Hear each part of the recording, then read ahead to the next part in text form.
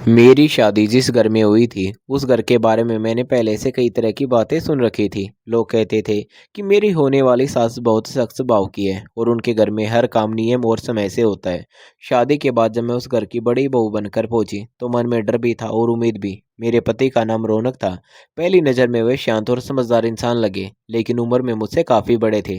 सच कहूँ तो मैं ये शादी नहीं करना चाहती थी, लेकिन माँ बाप ने समझाया था कि बड़ा परिवार है और बड़े बेटे से शादी होगी तो जिंदगी सम्मान से कटेगी। मैंने भी किस्मत मानकर अपने नए रिश्ते को स्वीकार कर लिया। शादी की पहली रात में बहुत सी बातें करना चाहती थी, लेकिन रौनक कमरे में आए और मुस्कुराकर बोले कि वह बहुत थक गए हैं और सुबह उन्हें जरूरी काम से बाहर जाना है, इसलिए मुझे भी आराम कर लेना चाहिए। मुझे ये अजीब जरूर लगा, लेकिन मैंने कुछ नहीं कहा। अगले दिन पता चला कि रौनक विदेश लौट रहे हैं। शादी के अगले ही दिन उनका जाना मेरे लिए किसी झटके से कम नहीं था। मैंने उनसे अकेले में पूछा कि इतनी जल्दी क्यों जा रहे हो। उन्होंने बस इतना कहा कि काम बहुत ज़रूरी है और जल्दी लौट आएंगे। जाते समय उन्होंने मेरे सिर पर हाथ रखकर कहा कि भगवान ने तुम्हारे लिए बहुत अच्छा लिखा है, बस थोड़ा धैर्य रखना। उनकी बात सुनकर मुझे सुकून तो मिला, लेकिन दिल पूरी तरह शांत नहीं हुआ। जाते जाते उन्होंने एक और बात कही कि अगर किसी भी काम में ज़रूरत पड़े तो छोटे भाई राहुल से कह देना, वह तुम्हारी मदद कर देगा। राहुल मेरा देवर था। शादी के दौरान मैंने महसूस किया था कि वह मुझे बार बार देखता रहता था, लेकिन मैंने उससे नई दुल्हन होने की वजह से समझकर नज़रअंदाज कर दिया। रौनक विदेश चले गए। मैंने सोचा था कि जाते समय वह एक बार पीछे मुड़कर जरूर देखेंगे, लेकिन उन्होंने ऐसा नहीं किया। मैं चुपचाप घर लौट आई। बड़ा सा कमरा अब मुझे खाली खाली लगने लगा था। उसी शाम सास ने बता दिया कि अगले कुछ दिनों तक घर में मेहमानों का आना जाना रहेगा, इसलिए मुझे जल्दी ही घर के काम संभालने होंगे। एक सप्ताह के अंदर ही मैं पूरी तरह रसोई और घर की जिम्मेदारियों में लग गई। एक दिन मैं रसोई में सलाद तैयार कर रही थी, तभी राहुल अंदर आया। उसने मुस्कुराकर कहा कि अगर किसी मदद की जरूरत हो तो बता देना। मैंने मना कर दिया, लेकिन वह वहीं खड़ा रहा और हल्की फुल्की बातें करता रहा। उसने मेरी साड़ी की तारीफ की तो मैंने सिर्फ धन्यवाद कहा और अपने काम में लग गई। फिर उसने मेरा नाम लेकर पुकारा। मुझे ठीक नहीं लगा। मैंने शांत लेकिन सख्त आवाज में कहा कि मुझे नाम से नहीं, भाभी कहकर बुलाओ। राहुल ने मुस्कुराते हुए तुरंत कहा, ठीक है भाभी, और बात वहीं ख़त्म कर दी।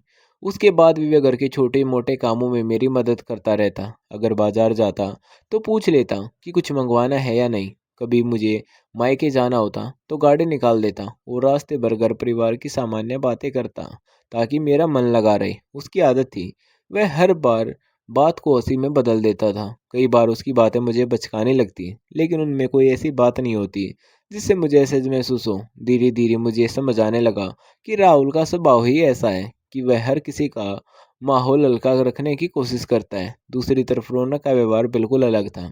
कई दिन गुजर गए, लेकिन उनका फ़ोन बहुत कम आता। जब भी मैं फ़ोन करती तो वे कहते कि काम में व्यस्त हूँ, बाद में बात करूँगा।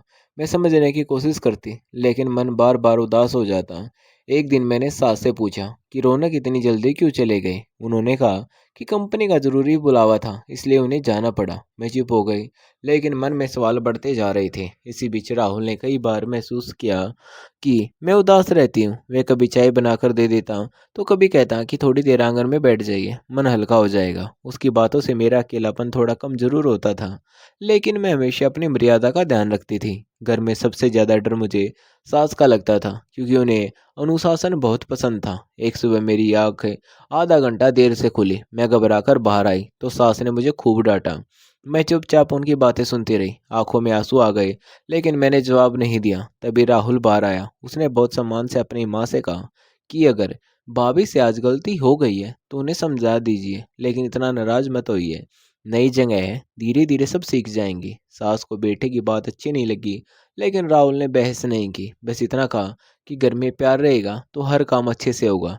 मैं ये देखकर हैरान थी कि उसने बिना किसी बदतमीजी के मेरी तरफदारी की।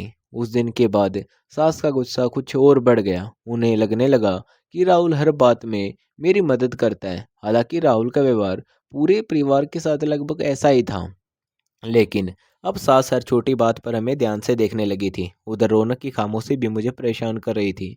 कई बार रात को मैं अकेले बैठकर सोचती कि आखिर शादी के तुरंत बाद कोई पति अपनी पत्नी से इतना दूर कैसे रह सकता है। एक शाम मैं आंगन में बैठी थी। राहुल ने देखा कि मैं बहुत उदास हूँ। उसने कहा, अगर मन भारी हो तो कभी कभी बातें कर लेने से भी राहत मिलती है।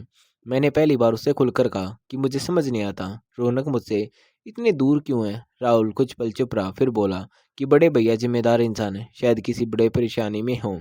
आप धैर्य रखिए, सब ठीक हो जाएगा। उसकी आवाज़ में भरोसा था, लेकिन आंखों में जैसे कोई अनकारा छिपा हुआ था। मैं उस समय समझ नहीं पाई कि आखिर वह क्या बात है जो वह मुझसे कहना चाहता है, लेकिन कह नहीं पा रहा। उसी रात मैंने तय कर लिया कि अब मैं अपने मन को मजबूत बनाऊंगी और इस घर की जिम्मेदारियां पूरी ईमानदारी से निभाऊंगी, चाहे हालत जैसे भी हों।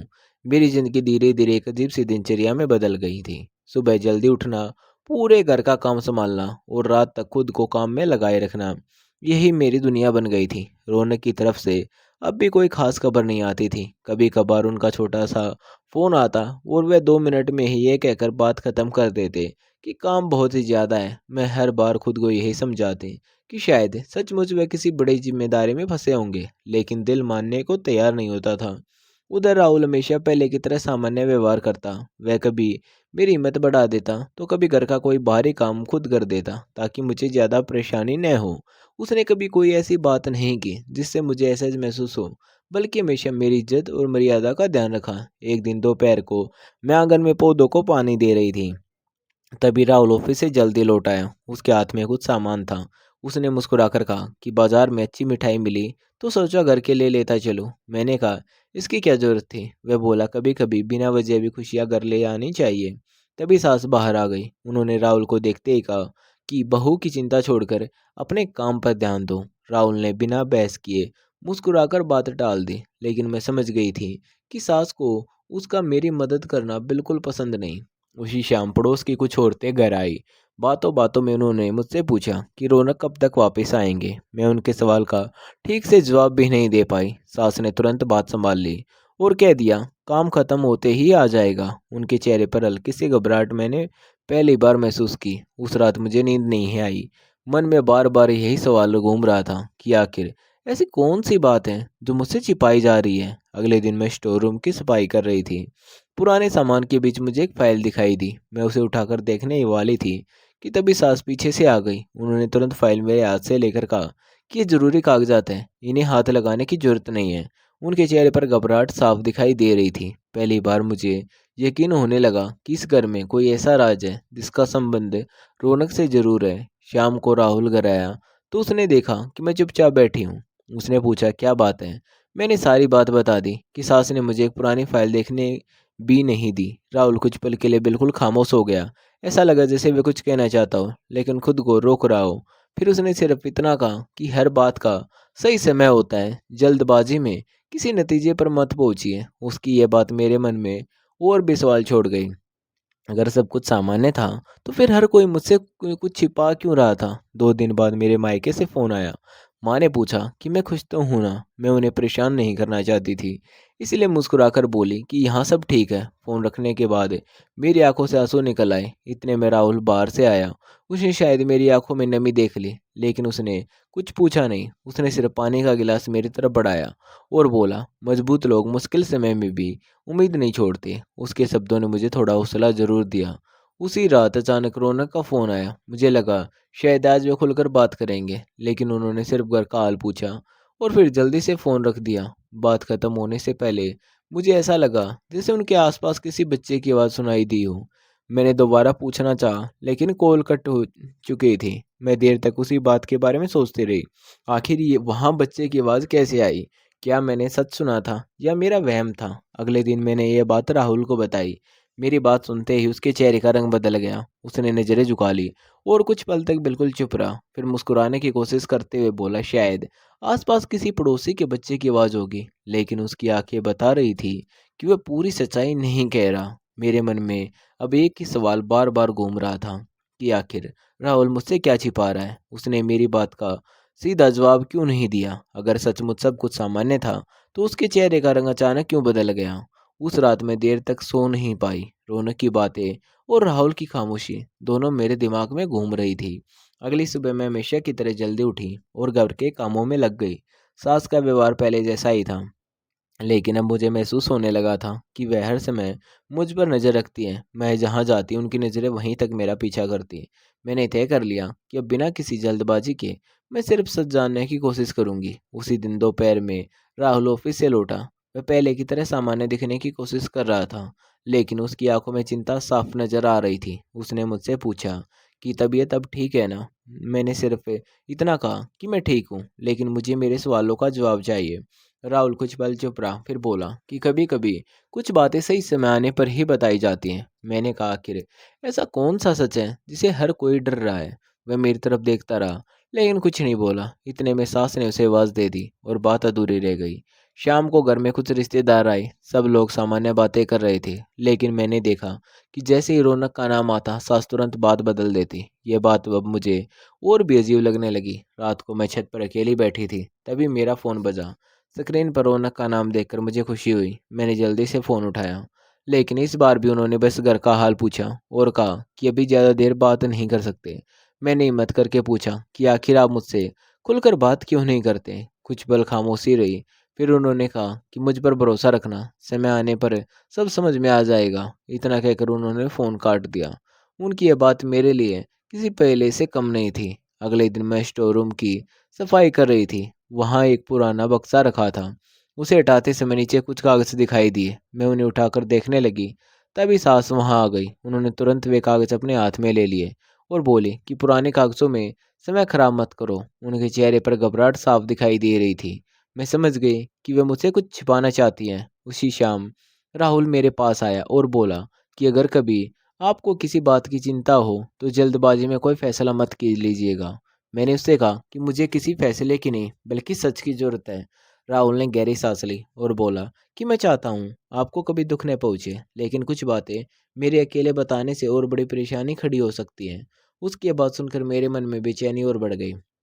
2 दिन बाद अचानक घर के लैंडलाइन फ़ोन की घंटी बजी। सास ने फ़ोन उठाया। मैं रसोई में थी, लेकिन उनकी आवाज़ साफ सुनाई दे रही थी। वह बार बार कह रही थी, अभी नहीं, अभी उसे कुछ मत बताना, सही समय आने दो। उनकी ये बात सुनकर मेरे कदम वहीं रुक गए। जैसे ही उन्होंने मुझे देखा, वह तुरंत ही चुप हो गई। अब मुझे पूरा यकीन हो गया कि मेरी ज़िंदगी से जुड़ा कोई बड़ा सच मुझसे छिपाया जा रहा है। उसी रात राहुल मेरे पास आया और बोला कि हो सकता है बहुत ही जल्द बड़े भैया भारत लौट आएं। मैंने हैरानी से पूछा, क्या सचमुच? उसने सिर हिलाया और कहा कि उनके आने के बाद बहुत सी उलझनें खत्म हो जाएंगी। उसकी आवाज़ में राहत भी थी और चिंता भी। 3 दिन बाद अचानक घर के बाहर एक गाड़ी आकर रुकी। पूरे घर में सन्नाटा छा गया। सास तेजी से बाहर की तरफ बढ़ी। मैं भी दरवाजे पर आकर खड़ी हो गई। सामने रौनक खड़ा था, लेकिन इस बार उसके चेहरे पर मुस्कान नहीं, बल्कि पछतावा साफ दिखाई दे रहा था। उसने अंदर आते ही कहा, माँ, आज मुझे सारी सच्चाई बतानी है, अब और झूठ नहीं जी सकता। मैं हैरान होकर उसकी तरफ देखने लगी। पूरे घर में कोई कुछ नहीं बोल रहा था। रौनक ने मेरी तरफ देखा और धीमी आवाज में कहा, कोमल, सबसे पहले मैं तुमसे माफ़ी मांगना चाहता हूँ। तुम्हारे साथ जो हुआ उसका सबसे बड़ा जिम्मेदार मैं हूँ। मैंने तुम्हें बिना सच बताए इस रिश्ते में बांध दिया। ये मेरी ज़िंदगी की सबसे बड़ी गलती थी। मेरी आंखों में आंसू आ गए, लेकिन मैं चुप रही। रौनक ने आगे कहा, विदेश जाने से पहले ही मेरी वहाँ शादी हो चुकी थी। मेरी पत्नी वहाँ रहती है और हमारा एक परिवार भी है। मैं माँ को यह बताने की हिम्मत कभी नहीं जुटा पाया, क्योंकि माँ इस रिश्ते को कभी स्वीकार नहीं करती।